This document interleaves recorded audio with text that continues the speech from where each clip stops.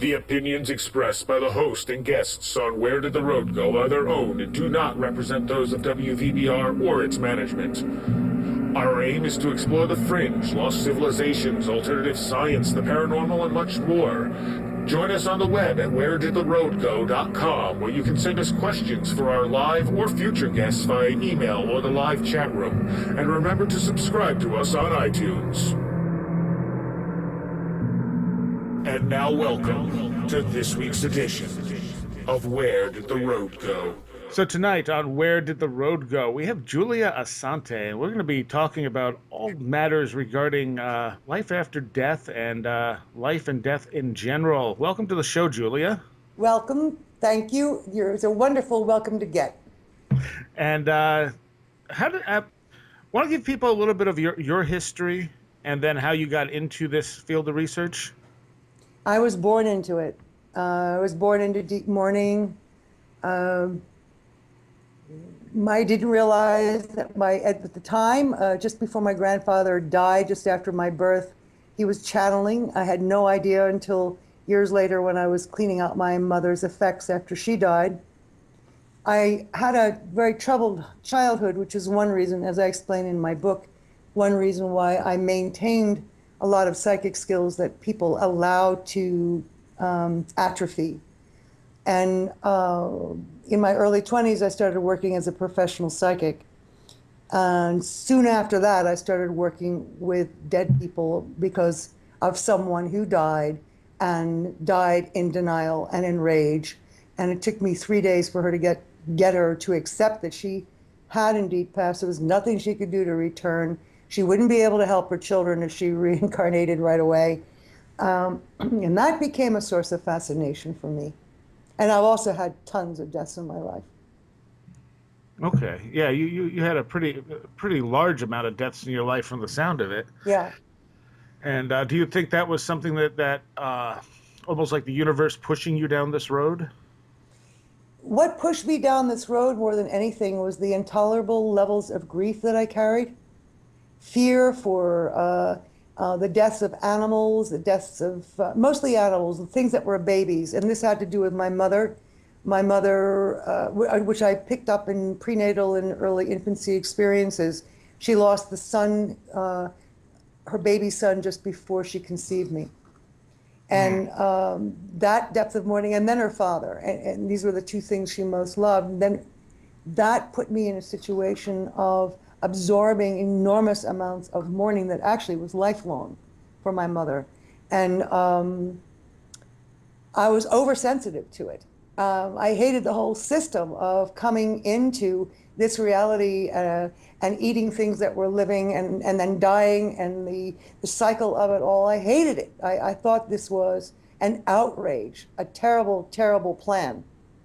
And now, it's quite different. All I have to ever do if I feel untoward mourning, excessive mourning, which doesn't happen to me really anymore at all, is just to see who that person is now or who that animal is now, because it works just as well with animals. And so my job is, as a medium, as a professional medium, excuse me, is not so much to deliver information and messages from the other side to people, but to get them to have an afterlife experience, to get them to be in direct contact with their departed loved ones. And once they have that experience, they have a reference point they can keep forever, and they can return to it and have communication when they need to. So they take that skill with them. And so far, as shocking as it is, and it's really a statement of our times, I've had about 98% success in getting people to into contact to communicate with those who've passed. That's huge. And at this point, new things are starting to happen as it gets more and more secure in the world. It's more permissive. We have a more permissive environment, a more supportive environment for traveling these routes. And more I'm able to take a client or a bereaved person, say, into the afterlife of their departed loved ones, and we go through their constructions, we participate in their afterlife experiences, And the wonderful thing is that the person I'm working with and myself, we see the same things and experience the same things and get the same messages. It's fantastic. Okay, and you have some scientific background too, don't you? Yeah, yeah, I do. I am an academic, and I've taught at major universities and blah blah, published a lot. So I have a very organized, structured mind, and I'm very scientifically oriented. And I apply those methodologies not only to my examination of what I'm seeing about the afterlife, the evidence, what I read about it, but also to create an internal structure so that I go further and deeper in whatever work I'm doing. And I teach that too to people, how to maintain inner structure and momentum. Because what usually happens is things just fizzle out after, I think I heard something, I think I saw something, and it's over with. And so Right. if you have a methodology of how to keep that momentum going, you've got a good chance of deepening the contact, the communication, and really getting to some pretty unusual places. In fact, it's always a surprise. That I have to say, always. Okay. And now, the name of your book is what?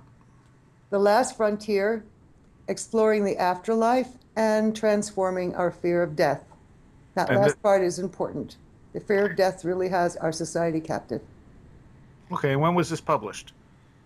November. Okay, and how long did it take you to the actual writing process of this? I started formulating it, but I was still publishing, and still do, publishing a lot of academic articles that were getting in the way. So I started formulating it a few years, like 5 years ago, and then there was 2 years of really dedicated writing. It's a big book. It's over 400 pages, and it was originally 600. It was been cut Wow. down to 4. So Did you think 600 was just too much? my editor certainly did. All right. So in all this research, what would you say is there a standard model of what happens when we die? I think if there's any real message that I would have about the afterlife is absolutely not. Everyone's experience is personal. Everyone's experience is based on their expectations, based on their creative abilities, based on their awareness, and based on their culture. That's really, really important. A Viking dying will probably go to Valhalla, but a Viking dying and going to this sort of afterlife that people supposedly experience in Northern California, which is schoolroom, would be hell of an immeasurable character. And nevertheless, there are some things when, some people, this is something really, really new, and I've never said this before in any public venue. Do you mind if I go ahead? Go ahead. I think some people die and they don't enter the afterlife. How come? I think they don't get there. They don't make that frequency change. And I think they just incarnate, come back without having assimilated the life before or whatever. I'm really playing around with that. I think there's some people who die in denial and don't really enter the afterlife. Certainly near-death experiences would be in the category of not really quite entering the so-called afterlife. But the word afterlife anyway is a misnomer. It doesn't happen after anything. It's a non-local reality that is simultaneous. It's timeless. And Okay. yeah, it's an adjacent dimension, let's say. But nevertheless, if a person does die in a fairly good state, even minimally conscious, minimally aware of what's going on, there are certain kinds of contours that seem to be universal. One of them is a sense of a luminous presence, a sense of intense support and a knowing lovingness that surrounds them. That is probably the most important element. And even if it's not seen or directly experienced, it's sensed as an atmosphere. The sense of freedom, the immediate restoration of physical and mental senses, and not only restoration, but also a tremendous enhancement of it. Believe it or not, they still can have vision, they still can have bodies, they can do whatever they want, They can construct it. Now, people who have been blind since birth, when they have near-death experiences, can usually see, can't they? Yes, out-of-body experiences too. Okay. It's a real question for me what the difference is. But yeah, they can see. They're using what I call a protobiological sense of sight. Without that protobiological sense of sight, which I teach in my classes so that people perceive finer levels of reality. But without that, sight is not possible. But without eyes, sight is still possible. So it's the physical that rides on the consciousness of that sense. Okay. Well, let's talk a little bit about near-death experiences. Um, Now, you said you don't feel that they're part of a genuine afterlife? Well, there's a certain kind of a border or a barrier that even near-death experiences report. They see it often as maybe a border of flowers. You see the same thing with people who have died, and they don't want to really die. They don't want to really cross over. They're still focused to us, and they are unresponsive to the afterlife. I think that consciousness, especially out-of-body consciousness, is so expansive that it's really hard to make categorizations. But nevertheless, from near-death experiences themselves, this report of if I cross this line, I can't come back. That to me signifies a kind of deep frequency change that must be occurring. That once that frequency change, that full change in focus occurs, returning to the body is no longer possible. So I believe that for me, to be in this other non-local reality that is substantially different from ours, it mirrors it to some degree, but it's different in frequency.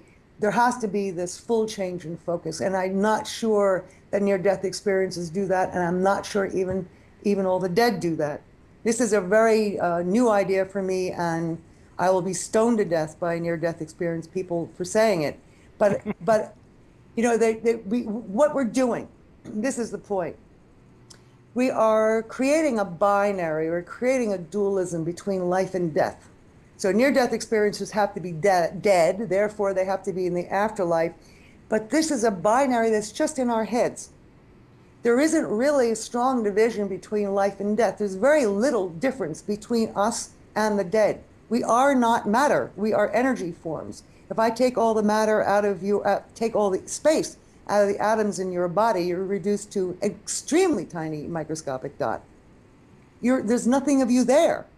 So basically, we are more or less the same thing in this life or in any other dimension, and we leave our bodies all the time anyway in dreams. So I think that these divisions between life and death are false. And I think that there are various phases of being dead that are not necessarily phases that take place in what I understand as the afterlife, meaning that state you enter when you have fully changed your focus away from matter. Okay, all right. Why do you think that everyone who dies doesn't have a near-death experience? What was that again? Everyone who dies. You mean everyone? Right. Well, dies and comes back. Not everyone has a near-death experience. Well, interestingly enough, as I just said before, that one of the reasons why I've been able to maintain these psi abilities more than other people have, everyone has them, everyone's born with them, and they can be quickly retrieved, rediscovered. But the statistics show that people who have near-death experiences are usually people who also had difficult childhoods. Yeah, so there's a natural inclination towards a psychic ability that's there already in place.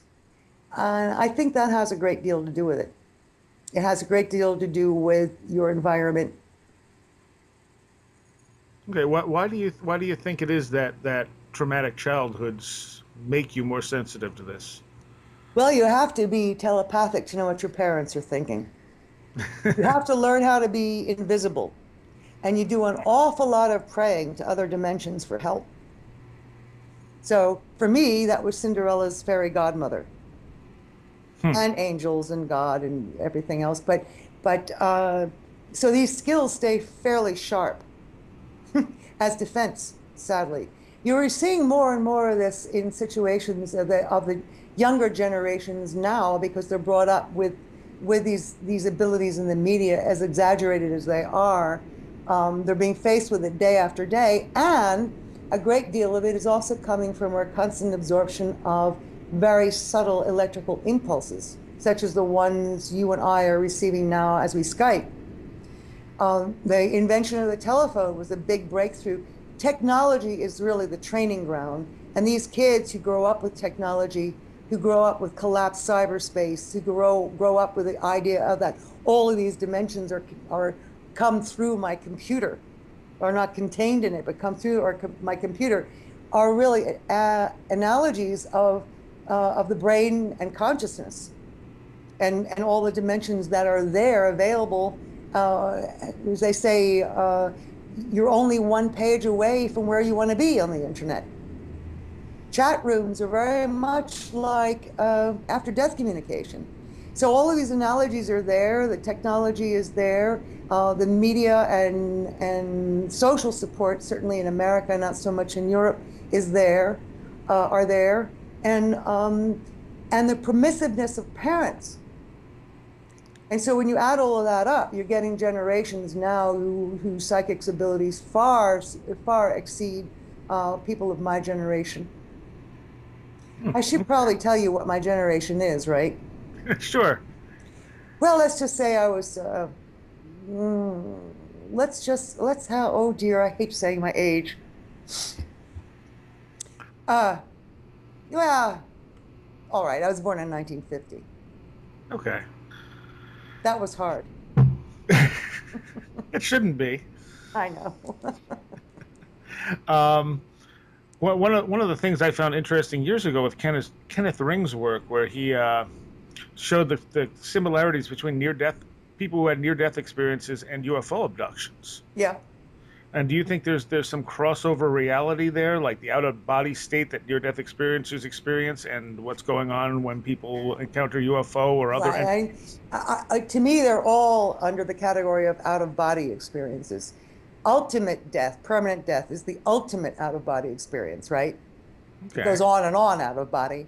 But yeah, all of these are related to out-of-body experiences, and some of them are hypnotically induced. And we have and culturally induced. And the whole UFO phenomenon, for instance, 150 years ago, people actually saw ships with sails in the sky. Mm-hmm. Then we had the blimp or Zeppelin era, and people saw it that way. Yes, and now they look more like starfighters. So the way we perceive these bleed-throughs from other dimensions depend on our perceptual awareness, our perceptual ability, our perceptual vocabulary, really, which is limited. Well, sure. Do you think it's going to take sort of a redefinition of what reality is before we can really get a grasp on these things? I think that's happening now, at least in consciousness studies and in physics, in quantum physics or quantum mechanics. They're beginning to see that you cannot have two systems of science, one that's Newtonian and one that's based on the level of quanta, and that's going to go really, really far in explaining what reality is about, how it operates, and how it manifests as matter. Okay. Because it's a pretty wild story. And there are also more and more healing machines coming out that are working on the level of quantum biology, and completely nothing to do with pharmaceuticals. We're working with frequencies that are producing magnificent results. Okay. Now, what about, like, you mentioned animals already. What about other things like plants? Do they have an afterlife? I wouldn't think that. I would think that everything does. I would think that that the mechanisms of material existence and consciousness, and all things have consciousness to some degree or another, survive. Why not?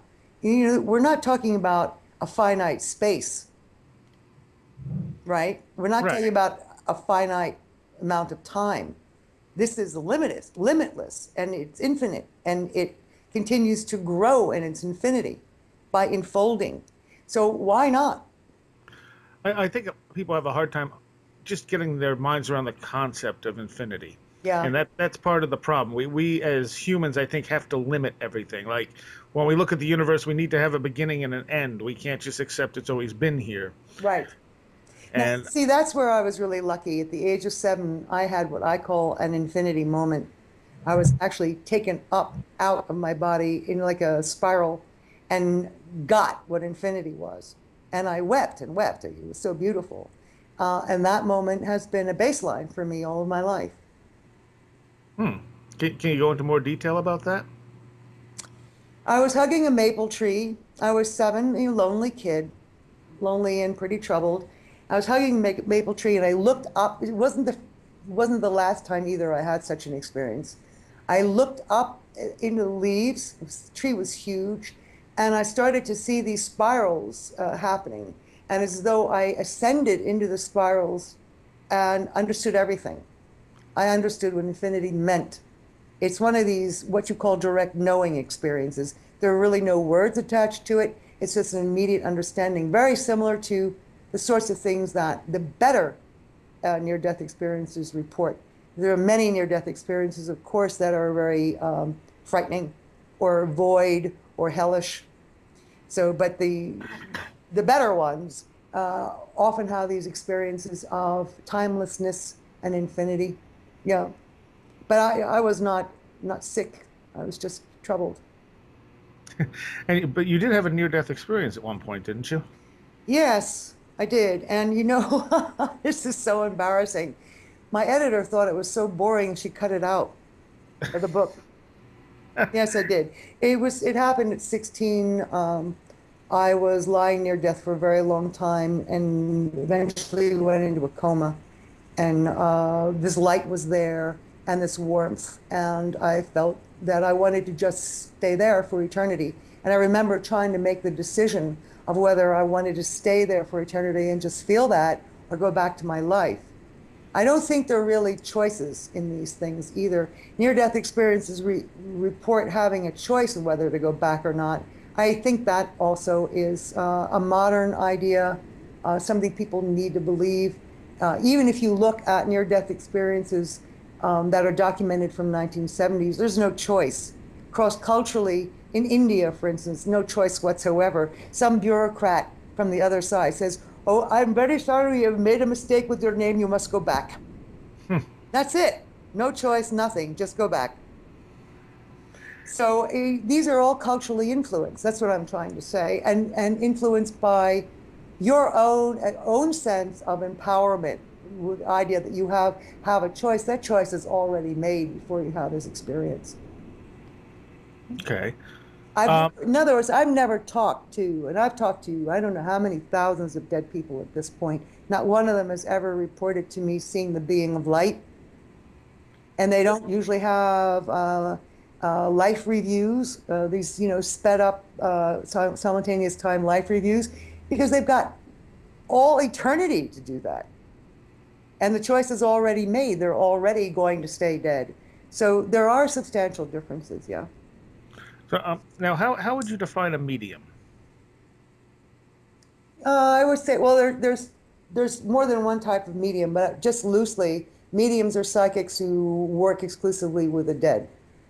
Okay. Okay, but there are other kinds of mediums, trance mediums, deep trance mediums, who work with entities or identities or personalities from the other side, who are much more expanded for teaching purposes. And I think to me, the best of them all was Jane Roberts, who channeled Seth for I don't know how many years, and so consistently, and with such incredible dedication. Material that scientists are using over and over again, exploring. You see it written around without ever giving credit to Seth. I saw a little bit of Jane Roberts' influence in your material. Yeah. So you've read her too. I have. I honestly was very skeptical of anything that was mediumistic or channeled. I had picked up one of her books at a used bookstore, and I was doing some near-death research online, and everyone kept citing her. And it was only her, not any other channeled entity. And finally I said, okay, where's that book? And I sat down and I read it from front to back and was just blown away. Yeah. And it completely changed my view on the whole Yeah. idea of channeling, because he was very specific. He was very detailed. And I was always of the impression that they never were.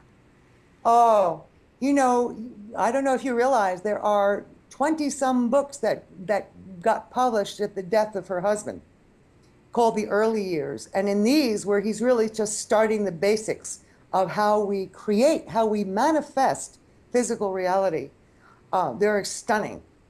They're stunning. And they're a little harder to get than the more popular ones like the Seth Material or Seth Speaks but the more I work, and I'm in year 40 now as working as a intuitive, a professional intuitive. The more meaning his books have, not less. Yeah. Now that's saying something. I The ones imagine. that scare the trance mediums who scare me are the ones who are seeing an Armageddon with the Archangel Gabriel with a sword fighting the devil. They're actually saying this. This to me is this is an purely American phenomenon, and I find it heartbreaking that this is disseminated. Do you think, now one of the things Seth did say is that what you were hearing was a combination of him and Jane's personalities. Do you think that's generally the case?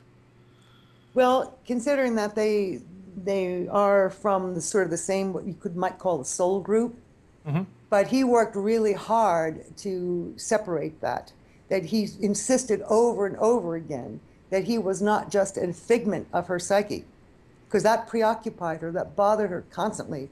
For all of her life, she was bothered by this question. Again, this critical mentality that she had that very few mediums bother with. Yeah, and that's one of the things I think really impressed me with her, is that she said right out she doesn't know if Seth is independent of her or Right. part of her unconscious or Right. whatever. And that viewpoint made me respect what she was doing that much more. If that were part of her unconscious or superconscious, say, still in all, what a magnificent, organized brilliance that's all about. Yeah, I mean, what she produced, whether it is from her greater self or from Seth, from the way I understand it, is an aspect of her greater self. It really doesn't make any difference. What makes a difference is the fact that science is bearing out what Seth was talking about in the early 60s. And that's even more significant to Right. what she did. And he even predicted the violence in weather change in the early part of the 21st century. I don't remember that. That's interesting. All right. Well, from there, let's talk about the sort of higher self and the full self. Now, can you explain a little your view on reincarnation, which is similar to Seth's, right? Yeah, yes, it is. I have a lot of firsthand experience that neither Seth had nor Jane Roberts. I've been a past life therapist since the early 80s, and I have a tremendous amount of personal memory, even of future lives. I've had direct contact with them. So my versions of them are a little bit more anchored in the world that we know. And I work a lot with other people to facilitate past lives, especially for healing. So there's nothing about what Seth talks about in terms of past lives that I disagree with, but my perspective is different. Right. I also like the works of Ian Stevenson. And we have, for instance, from Ian Stevenson and this other researcher, Wambach, that we know that there's no karmic debt. There isn't any. That's just bogus. And this also I found working with people intensely or in myself, and Seth would also say the same thing. There's no such thing as karmic debt. In fact, how can you have karmic anything if your incarnations are simultaneous? You want to explain that to people a little bit? Think of it as a light bulb that emanates light in all different directions at once. Okay? So that's the manifestations in what we understand as time zones. And even in science, they have this block time theory that all time exists simultaneously. It's just beyond our perception. I've had experiences myself where I've had 6 layers of time on me. I could see them and experience them all at once. So Wow. it's there. And we will break the idea of time down. I mean, clock time is the worst thing that ever happened to humanity, just about. But so if you have a simultaneous time, you don't have a before and after, you don't have an earlier life, you don't have a later life. All this idea of evolution, higher, lower, all of that, to me, I spent a lot of time in the book tearing down. This is pure Darwinian gobbledygook. And you are always transcendent. Some aspect of you now is transcendent. Always. Whether you're alive or dead, some aspect of you now is already dead. There are incarnations of you probably walking around on this earth now. I know that because I've met one of mine. And that had to be a freaky experience. It was extremely freaky. And what was even freakier, she came to me for a past life reading, and I thought, wow, I love doing that, right? And so I started doing it, and it took me 10 minutes sitting there. I was going through one life after another, and I finally said, the first and last time in my life, I'm sorry, I can't do this for you. And she said, why? And I said, because all your past lives are mine. After that, she and I were mistaken for each other on the street. We became friends. We started losing touch when I was in graduate school and I was starting to teach at Columbia and all this kind of thing. She called me up maybe 20 years after, from the beginning of our relationship, and said she needed to talk to me. So I went to visit her, and she said she just met her future incarnation, and his name was Bernard. I said, my God, I met him 15 years before I had known her. And I can't imagine what goes on in Bernard's head, knowing that these two women are roaming around in there and we're all aware of each other. I think that the consciousness of 200 years from now, for most people, is going to be quite complex and be able to contain a lot of things that we would understand as schizophrenic today. Okay. Well, do you think that schizophrenia is there another interpretation to that we're overlooking? I think that we label a lot of things schizophrenia that aren't, but there are genuine mental imbalances, certainly, and most of them have to do with deeply repressed beliefs about the self. Well, that would make sense. Sure. So you don't believe in a spiritual evolution, like, say, the Hindu idea that we evolve each life to learn and go from lower structure. As long as you keep getting reborn in the proper caste. Right. I mean, this is social control. But that goes before Darwinism too, doesn't it? Yeah, but with Darwinism, it really reached a peak. That's the way this climbing up the ladder book started back in the late 19th century, when we started assimilating or bringing in a little the New Age ideas, Blavatsky and that crowd, Theosophy. There was all based on this spiritual progress, high emphasis on that, and high beings and low beings and all that kind of stuff, and ascendant masters, which were all male. And it was all modeled on an imperialist mentality of struggle against the lower self, the animal self. And actually, that's not at all what's going on.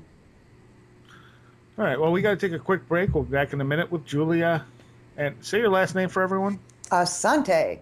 Assante, that's what I thought it was. We'll be right back.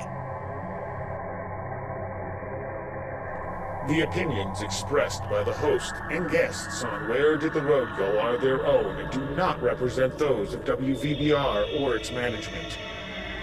Join us on the web at wheredidtheroadgo.com, where you can send us questions for our live guests via email or the live chat room. You can also check out our upcoming schedule, blog, links section, book reviews, videos, and links to our Twitter, Facebook, iTunes, and much more. That's wheredidtheroadgo.com. So we're talking on Where Did the Road Go tonight with Julia Assante, and we're talking about all things concerning life and death. And one of the things you say is the fear of death is something that holds us back. Absolutely.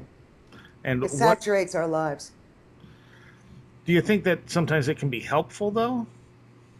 I think there's an inclination to avoid dying, to avoid death prematurely.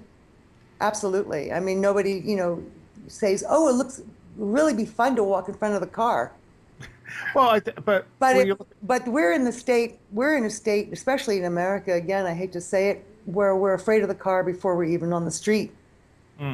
There's a paranoia, and we're exploited all the time. I mean, even the way we construct early history, this is an area I know very well. Early man stories are reconstructed around survival of the fittest, this Darwinism stuff, kill or be killed, and the ages are named after the sort of material, stone or copper or whatever, that they use for weapons. I mean, it's pathetic the way we think. We also are way we look at primates. It all fits in with this fear of death and this Darwinian competition stuff because we don't really incorporate the whole story. We see what we want to see. We keep repeating it. We do that with history, or we mark history by wars and death. Death in the Bible was a punishment. And the point of the apocalypse is triumph over death. I mean, it's not a natural part of the cycle. So the fear is coming from everywhere and is exploited by absolutely everyone, namely the medical industries, pharmaceutical industries, the health and fitness industries, even the industries of spirituality, which is very much an industry. Health, and I'm your health coach and all this kind of stuff. And it's remarkably competitive. These are remarkably competitive markets, just like the vitamin markets, all the things that are going to keep us in a state of eternal youth. Even the idea of constant growth economy is driven by the fear of death. And science, the notion that entropy will get us in the end, that's impossible. Entropy is impossible. But nevertheless, there's this vision that our universe will eventually fade away in some kind of entropic chaos. yeah. It's everywhere. The comet hits that we're expecting. I mean, just think of the Maya calendar syndrome that people had last year. Right. Or the year 2000, where the end was supposed to come. We are driven by it. We are driven by it. And what it's doing to the process of dying is so disgusting. It is so horrible. And what people go through in their dying stages, where they lose a good third or more of their income fighting the great enemy death, and their dying process is disturbed by this these medical props and timetables, and their bodies are taken away from them. They have no more control over what happens to them. They're caught in this fear. And a good death is when that fear stops, and that's when the pain stops too. There's almost no pain when that acceptance comes. A lot of the pain has to do with the resistance. I guess the only downside I could see is that if someone is suicidal, they'll feel like, well, I'm just going to quit and go on to my next life or go into the afterlife, and not consider that there could be higher consequences to that. Well, people do that all the time in their own way with having early diseases and stuff. Right. It's all a kind of suicide. And there are, in fact, I just posted one on my website today of a very lovely suicide. What happened to this man after he committed suicide. And you can see it on my website, if you don't mind me telling you. No, absolutely. www.juliaassante.com. There are all kinds of things that happen to people who commit suicide. But if you commit suicide out of rage or despair, generally that's what's going to happen afterwards. You're going to be stuck in that or in shock by the violence against yourself or whatever. On the other hand, if you think, oh, I don't feel like doing this anymore, whatever, if you feel that you're killing yourself out of failure, you could have problems. But actually,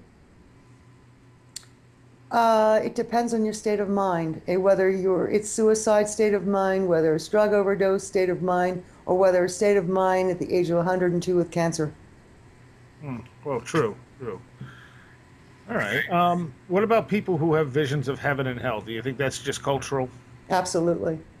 Okay. I mean, So, there is a sense of a heavenliness very often. A high, many people land in or create a kind of natural environment. Often they build houses, by thought, but there's a supercharge to everything, and this vibrance and this sense of this luminous presence is there too.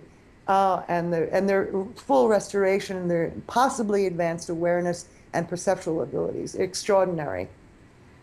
So okay. that's there, and that I guess you could call heaven. But I dislike the term tremendously. I dislike even the term afterlife at this point. But heaven always implies a hell and Okay. a privileged thing. The idea that only special people get into heaven is very new. In Mesopotamia, which is an area of my academic area, everyone got into an afterlife.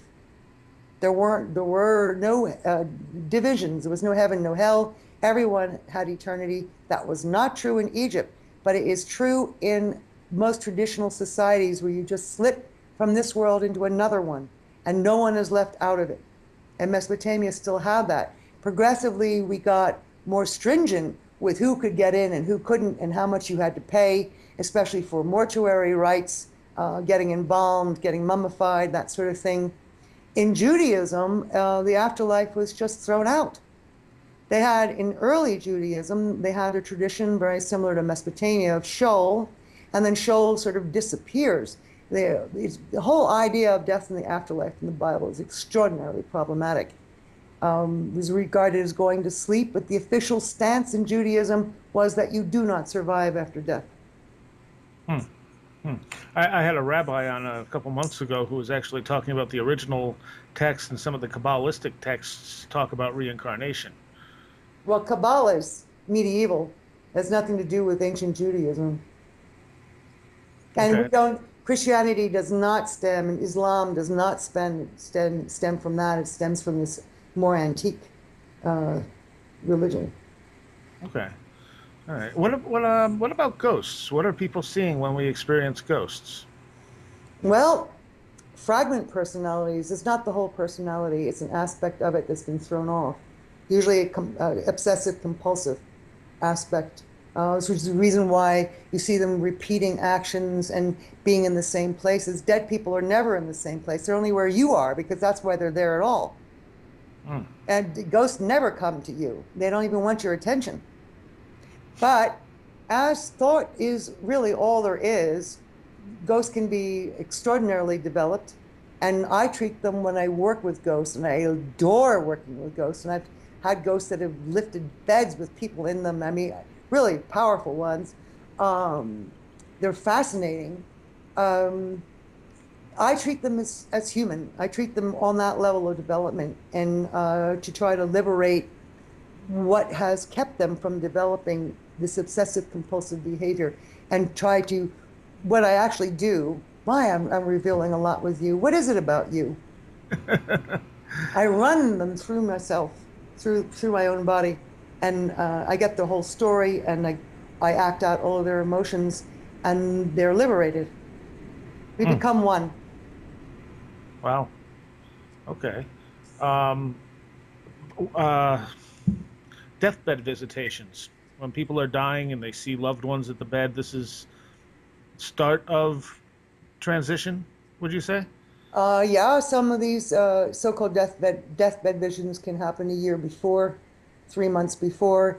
It isn't always true that they're there at the last minute, but now hospice nurses, many of whom can see these visitors themselves, when they hear the patient say, "I'm coming in a minute, honey, just give me a minute," or putting their arms out to somebody, or saying Robert's here or whatever. They call the family in. They're getting really savvy. Hospice nurses are the best. And so we're having more and more people experiencing the visitors. Sometimes there can be up to 40 in a room, but usually it's just one or two very close friend or family member. And sometimes they're there only to say it's not your time, but most of the time they're there to escort and to comfort. So that's one kind of deathbed vision. The other one, of course, is the vision of where that person is going, the entry, the vista opening up. So we think of Steve Jobs, his oh wow, oh wow, oh wow, his last words. And that was not the new generation iPhone. That was the afterlife he was looking at. And so that this is a spectacular moment. Even greater in a way is how more and more medical personnel and family members are beginning to participate in this magic, to the point now where we have another thing. We have a lot of terminology, shared death experiences, where you can see the actual energy body leave the physical body at death. Now, sometimes that consciousness leaves earlier, especially in coma or even with Alzheimer's. The body's still walking around and operating, but the consciousness is really not there. The cellular consciousness remains. And when that happens, I can talk to them. They will appear to me like dead people, usually pretty cheerful, and say, "Would you just let that body go?" Right? So, Wow. But so we have shared death experiences, these things that go on with the dying, which include more than deathbed visions. It's called nearing death experiences, or awareness, excuse me. So it's, in a way, it's coming together. It just needs to permeate the medical industry and medical fields so that people who work with the dying routinely know that they're working with a miraculous. And we feel that. When you're at the deathbed, you feel this opening, you feel this tension. It's like everything's supercharged, everything becomes meaningful, and time changes. Emotions are high. It's a magnificent moment, and certainly intensely creative for the dying. They are creating, they are not dying. They are not failing. They are not losing their battle against whatever disease they have. They are in an act of supreme creation and organization, which allows so many things to occur around the deathbed up into the moment of death to achieve reconciliation and so forth. It's a magnificent process. Okay. Well, one of the things that always strikes me is, how do we know that these things are what they seem to be? Like, if you talk to someone who is deceased, how do we know it's not something else pretending to be that deceased person?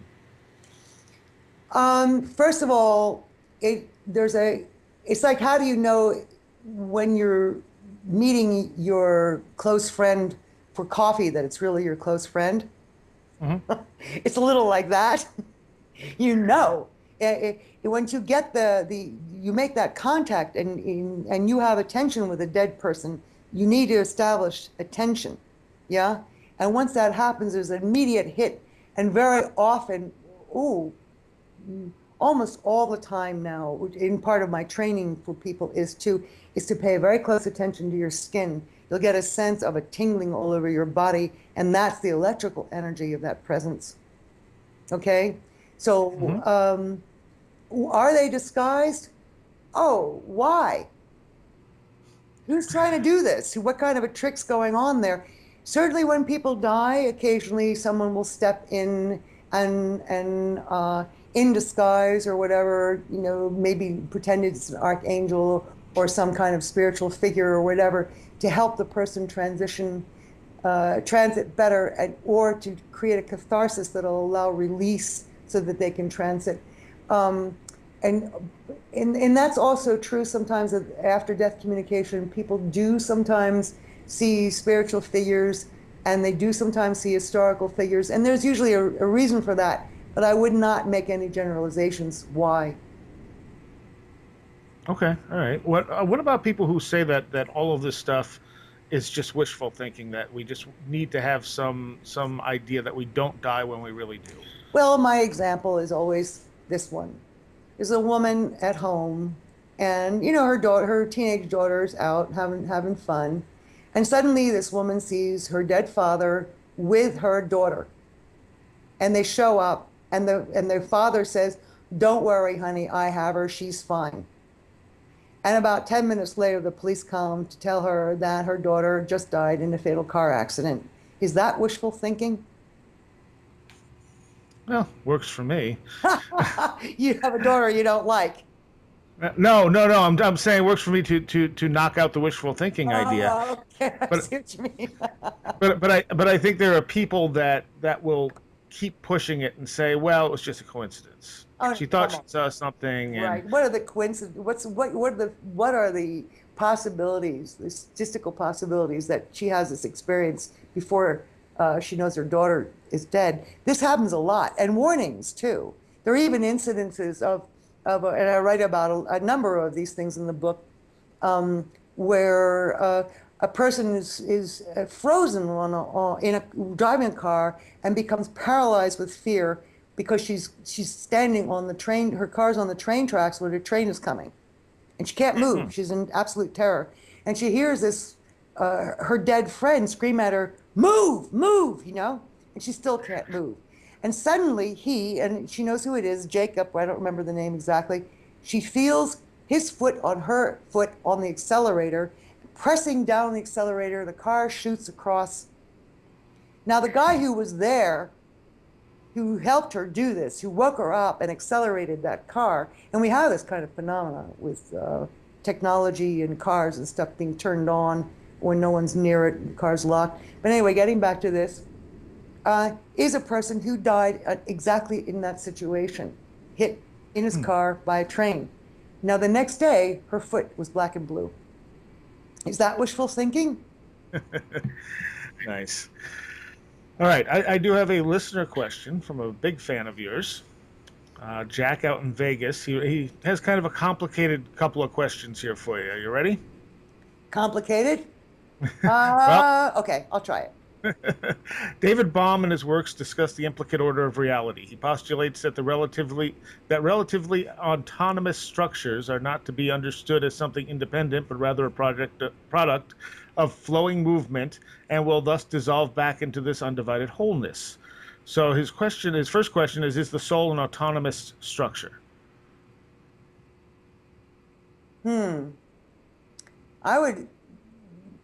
I could address that better in the way that Baum was talking about it, which is about physical reality. And he was not talking about it in terms of divisions of souls. There is an identity, yes. There is a mind that has experience and generates them, including incarnations. But in terms of physical reality, this whole thing is waves. We just carve out what's solid and what isn't. There's tons of dimensions going on in the space around us. So I think that's the way I would apply Bum's theories and his theories. More and more, the multiverse theory is becoming prominent in science, and that does explain a lot. But you have to think of virtual realities. Again, technology coming to our aid. Where are these electrons going? They're blinking in and out, creating other universes, subatomic particles. We're not here. We're only here for milliseconds at a time. Back and forth, back and forth. We don't grow. We just keep changing the dots. We can't keep changing the patterns. So these patterns are what we decide on, and we create limits on them, but in a sense, they don't have any. They're just creations. And consciousness could be considered a creation that exists in greater creations, in greater minds, and in greater minds until you get to another Seth term, all that is, which is all things and more than all things. Okay. Well, do you think there's any good way for us to define consciousness at this point? Absolutely not. I made a good stab at it. Unfortunately, that was half cut out too. I think I have it on my website. My version of what it is, which is partly descriptive. I think consciousness are like thought units. They're living. And when you have the experience of moving into that intensity of atmospheric presence, for instance, or even having the experience, which I've had, of divinity. And when you move into that, you begin to understand the level of awareness this universe is made of. And when I mean universe, I mean all universes, these multiverses, this infinity of existences, all the versions of you that exist.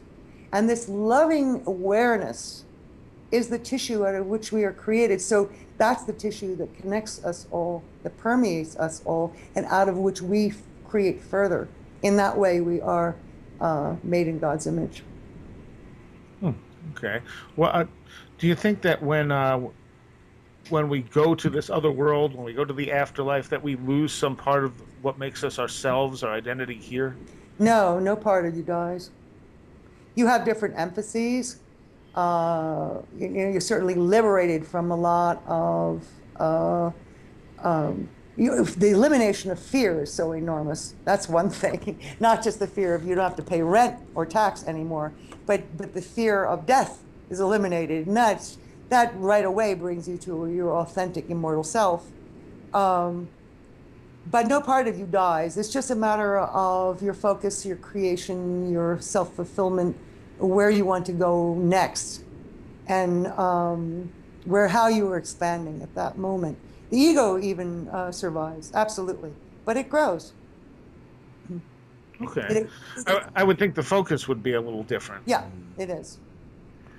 What about when people talk about destiny and true will and things like this? Do you think this is something we plan before we enter this life? Largely, yes, we do. But then again, if you understand, with the understanding that time is simultaneous, all of that can change any moment.